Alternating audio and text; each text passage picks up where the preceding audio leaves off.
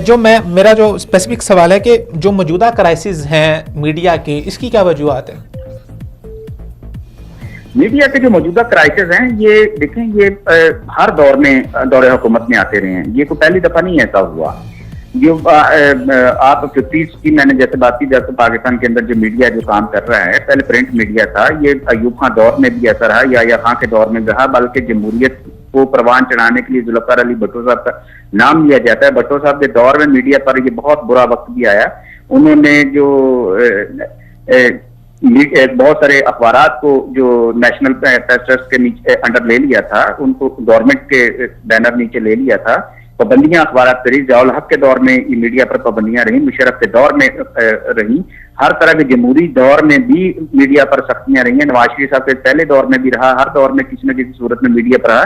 लेकिन अभी आके जो हालात पैदा हुए हैं, इसमें अगर ये कहा जाए कि पीटीआई ने ये आके ये फौरन आके तो इस तरह के हालात पैदा करनी है, मीडिया पर सख्ती की है, तो ये भी करीने के आस बात नहीं है, ये पूरा सच नहीं है।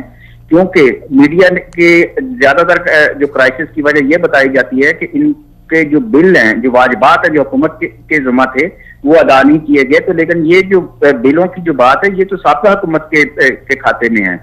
तो लिहाजा इन्होंने इस चीज को मैनेज करते करते उसमें टाइम तो लगा है, तो मीडिया दोबारा से अपने पैरों पर खड़ा हो जाएगा। दूसरा यह है कि जो घोस्ट किस्म का जो मीडिया था, या पैराशूटर्स का जो मीडिया था, जिनका काम सिर्फ पाकिस्तान के अंदर सिर्फ पॉलिटिकल सिस्टम पर ही सारे प्रोग्राम्स करने थे, उन पर थोड़ा सा सवाल आया है कि अब उनसे ये सवाल किया गया है कि क्या आप अपने मुल्क का जो हकीकी जो एक कल्चर है, पाकिस्तान की जो तरक्की है, आप उसको भी तो दिखाएं ना।